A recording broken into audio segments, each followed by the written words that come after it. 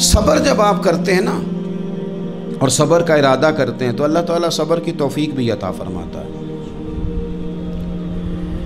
ہم نے یہ دیکھا ہے کہ ہمارے پاس نعمتوں کی کمی نہیں، ہمارے فریزر خوراک سے بھرے ہوئے ہیں، ہمارے دسترخوانوں پہ انواع و اقسام کی چیزیں چنی ہوئی ہیں، ہماری الماریوں میں کئی ہمارے لباس تیار شدہ لٹکے ہوئے ہیں، ہماری جیبوں میں ہماری ضرورت کا سرمایہ اللہ نے ہمیں دے دیا ہے۔ لیکن اس کے باوجود جو لوگ ایک دوسرے سے پیار نہیں کر پا رہے، جو ایک دوسرے کے قریب نہیں جا پا رہے، تو اس کی وجہ یہ ہے کہ صبر نہیں رہا، حوصلہ نہیں رہا، کسی چیز کو برداشت کرنا ہمارے مزاج کا حصہ ہی نہیں رہا۔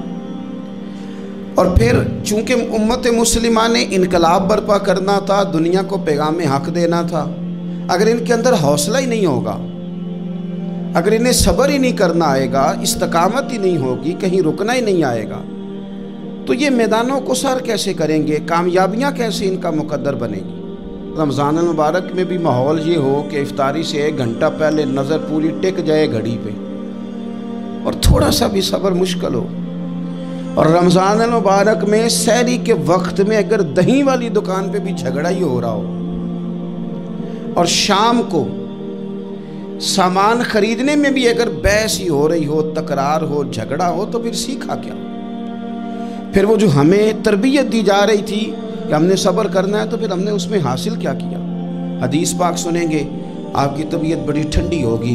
میرے نبی پاک صلی اللہ تعالیٰ علیہ وسلم ارشاد فرماتے ہیں کہ جو بندہ سوال سے بچنا چاہے گا، ارادہ کرے گا اللہ میں نے کسی سے نہیں مانگنا، فرمایا جو سوال سے بچنا چاہے گا رب اسے سوال سے بچا لے گا، اور جو لوگوں سے بے نیاز ہونا چاہے گا، کہے گا یا اللہ مجھے دنیا داروں کا محتاج نہ بنا، اپنی بارگاہ سے عطا فرما۔ جو لوگوں سے بے نیاز ہونا چاہے گا اللہ لوگوں سے بے نیاز کر دے گا، اور فرمایا جو صبر کا ارادہ کرے گا اللہ اسے صبر کی توفیق بھی عطا فرما دے گا۔ ارادہ تو کرے، پروگرام تو بنائے، توفیق تو اللہ دے گا۔ جو صبر کا ارادہ کرے گا اللہ صبر کی توفیق بھی عطا کر دے گا۔ اور حضور صلی اللہ تعالیٰ علیہ وسلم فرمانے لگے، یاد رکھو کسی بندے کو جو بہترین تحفہ دیا گیا ہے نا، اگر کسی کو کوئی بہترین عطیہ ملا ہے تو پھر اللہ تعالیٰ نے اسے صبر عطا فرمایا۔ یہ بہترین تحفہ ہے، اس سے زندگی صبر جاتی ہے، اس سے انسان باوقار اور مطمئن ہو جاتا ہے، اس سے اس کے شب و روز آسانی سے بیتتے، وہ دنیا کی پک ڈنڈیوں سے آسانی سے گزر کے اللہ کی بارگاہ عالی مرتبت میں سرخرو ہو کر حاضر ہو جاتا ہے۔ لیکن اگر بے حوصلہ ہو، صبر نہ ہو، پھر نقصان روز بروز بڑھتا ہے۔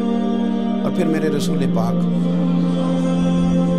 صلی اللہ تعالیٰ علیہ وسلم ارشاد فرماتے ہیں کہ اصل بات یہ ہے کہ اللہ تعالیٰ نہ کسی بندے کا درجہ بلند کرنے کا ارادہ فرماتا ہے، لیکن اس کے اعمال اس طرح کے نہیں ہوتے کہ اس کا درجہ بلند کیا جائے۔ اب رب کیا کرتا ہے، اللہ تعالیٰ اس کو مال کی، جان کی، اولاد کی کسی مشکل میں ڈال دیتا ہے، اس مصیبت پر وہ بندہ صبر کرتا ہے تو اللہ تعالیٰ اس کا درجہ بلند فرما دیتا ہے۔ اعمال اس قابل نہیں تھے کہ درجات بلند ہو، وہ اعمال کی بنیاد پر نہیں کر سکتا تھا تو اللہ نے کسی مشکل میں ڈال کے نا اپنے فضل سے درجہ بلند کر دیا۔ اب جو راہ طریقت کا مسافر تھا، جو سلوک کی منازل طے کر رہا تھا، جو اللہ رسول کے قریب جانے چاہ رہا تھا، اس کے لیے کتنی آسانی ہو گئی کہ مجاہدہ تو زیادہ نہ کر سکا، کثرت سے نفلی صوم و صلات کا بندوبست تو نہ کر سکا، تھوڑا سا صبر کیا، رب نے اپنا اور اپنے محبوب کا قرب عطا فرما دیا۔ تو یہ تو آپ صبر کرنے کے لیے جب نکلے ہیں تو آپ نے تو رب رسول کو پا لیا۔ یہ صبر تو وہ والا سفر ہے جس کی جو منزل ہے وہ اللہ رسول کا قرب ہے۔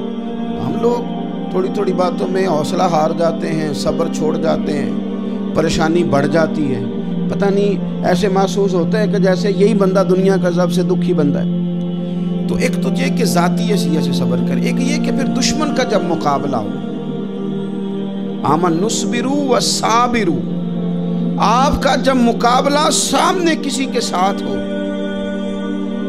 تو پھر تیر، تلواریں، اسلحہ، بندوقیں یہ نہیں زیادہ لڑتی، میدانوں میں حوصلے لڑتے، میدانوں میں صبر لڑتا ہے، میدانوں کے اندر توانائیاں لڑتی ہیں۔ میدان کربلا کے اندر کوئی مقابلہ نہیں تھا تیر کا تیر کے ساتھ، تلوار کا تلوار کے ساتھ کوئی مقابلہ نہیں۔ میدان کربلا کے اندر ظلم کا صبر سے مقابلہ تھا۔ فتح کے ڈنکے یزید نے بجائے تھے، جشن ابن زیاد نے منایا تھا، لیکن قیامت تک اللہ نے جو فتح عطا فرمائی ہے تو وہ حسین ابن علی کے صبر کو عطا فرمائی، وہ سیدنا امام علی مقام کے صبر کو ملی۔ عزیز بھائی، صبر ہی ہمیشہ فاتح ہوتا ہے، صبر ہی جیتا کرتا ہے، صبر ہی کامیابیاں دیتا ہے۔ نتیجے صبر کے نکلتے ہیں، صبر کے حوصلے کے نتیجے ہوتے ہیں۔ ہماری جلد بازی ہمیں شکست خوردہ کر دے گی، ہمارا حوصلہ نہ ہونا ہمیں ہرا دے گا، ہم کمزور پڑ جائیں گے اگر ہم بے حوصلہ ہو جائیں گے۔ سنو، میرے نبی پاک علیہ السلام نے تربیت کی، حضور اپنی امت کو درس دیتے ہیں۔ حضور فرماتے ہیں پہلے تو کوشش نہ کرو کہ تمہاری دشمن سے لڑائی ہو، اس چکر میں ہی نہ پڑو کہ لڑائی ہو۔ مسلمان امن والے ہیں، یہ پرامن لوگ ہیں، یہ امن پسند ہیں، یہ داعیے امن ہیں، یہ معاشرے میں مومن ہونا امن کی علامت ہے۔ فرمایا پہلے تو یہ پروگرام ہی نہ بناؤ کہ تمہاری لڑائی ہو، اور فرمایا پھر اگر ہو جائے نا تو پھر صبر کے ساتھ مقابلہ کرو، پھر ڈٹ کے مقابلہ کرو، اور پھر یاد رکھو کہ یہ جو جنت ہے یہ تلواروں کے سائے میں ہے، جنت تلواروں کے سائے میں تمہیں ملے گی۔ پھر ڈٹنا سیکھو۔ پہلے تو بات یہ کہ تم یہ ارادہ ہی نہ کرو لڑائی، اور اگر کبھی ہو جائے تو لوگوں کو بتاؤ کہ ہیں ہم پرامن لوگ، پر دین کے لیے کھڑا ہونا ہو تو پھر ہم سے زیادہ کسی کو کھڑا بھی نہیں ہونا آتا، پھر ہم سے زیادہ کسی کے پاس طاقت بھی نہیں۔ حضرت مولا علی شیر خدا رضی اللہ تعالیٰ عنہ کے زمانے میں کفر کے ساتھ ایک جنگ ہو رہی تھی، تو کافروں نے نا جاسوس بھیجے کہ یار پتہ تو کرو مسلمانوں کی تیاری کس طرح کی ہے۔ تو جاسوس واپس جا کے کہنے لگا سمجھ کوئی نہیں آئی ان کی، وہ تو راہب قسم کے لوگ ہیں، صوفی قسم کے لوگ ہیں، وہ تو کٹے ہوئے دنیا سے، مسلوں پہ بیٹھ جاتے ہیں، رات کو تو لگتا ہے دنیا سے تعلق ہی کوئی نہیں، لیکن سویرے اٹھ کے میدان میں تلوار لے کے نکلتے ہیں تو لگتا ہے ان سے بڑا مجاہد ہی کوئی نہیں۔ یہ عجیب لوگ ہیں کہ رات کو مسلح پہ بیٹھیں تو لگتا ہے کٹ گئے دنیا، یہ صوفی لوگ ہیں، درویش ہیں۔ یہی مسلمان کی شان ہے، ہو ہلکا یاراں تو برے شم کی طرح نرم، رزم حق و باطل ہو تو فولاد ہے مومن، ادھر آ ستمگر ہنر آزمائے تو تیر آزمائے، ہم جگر آزمائے، ہم تجھے اپنا حوصلہ بتاتے ہیں کتنا، دیکھ ہمارے حوصلے سے ٹکرا کے دیکھ یہ کتنا طاقتور اور مضبوط ہے۔ تو عزیز بھائی، اگر زندگی میں آپ کو صبر کرنا آ گیا، میں بڑے دنوں سے یہ عنوانات بیان کر رہا ہوں، اور آج تو خصوصی طور پر رمضان شریف کے اس جمعے میں میں اپیل کرنا چاہتا ہوں آپ سے کہ کمزور باتیں کرنی چھوڑ دیں، مایوسی کے جملے اپنی زندگی سے نکال دیں۔ ہم مسلمان ہیں، آپ بیمار ہو گئے ہیں تو یہ بھی خدا کا فضل ہے، گناہ معاف ہوں گے۔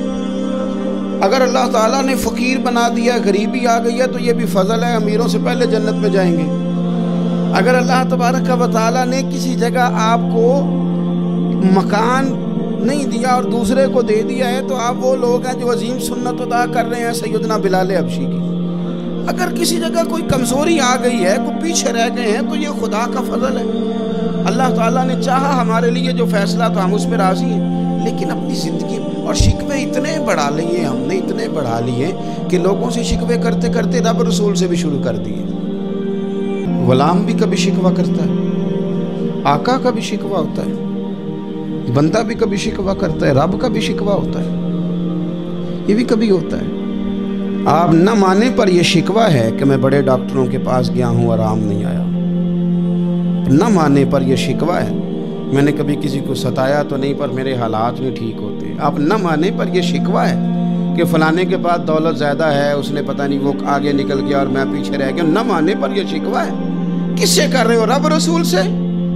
وہ آس بولے تے دی مہربانی اساں تے لاڈ ہی لڑاونے۔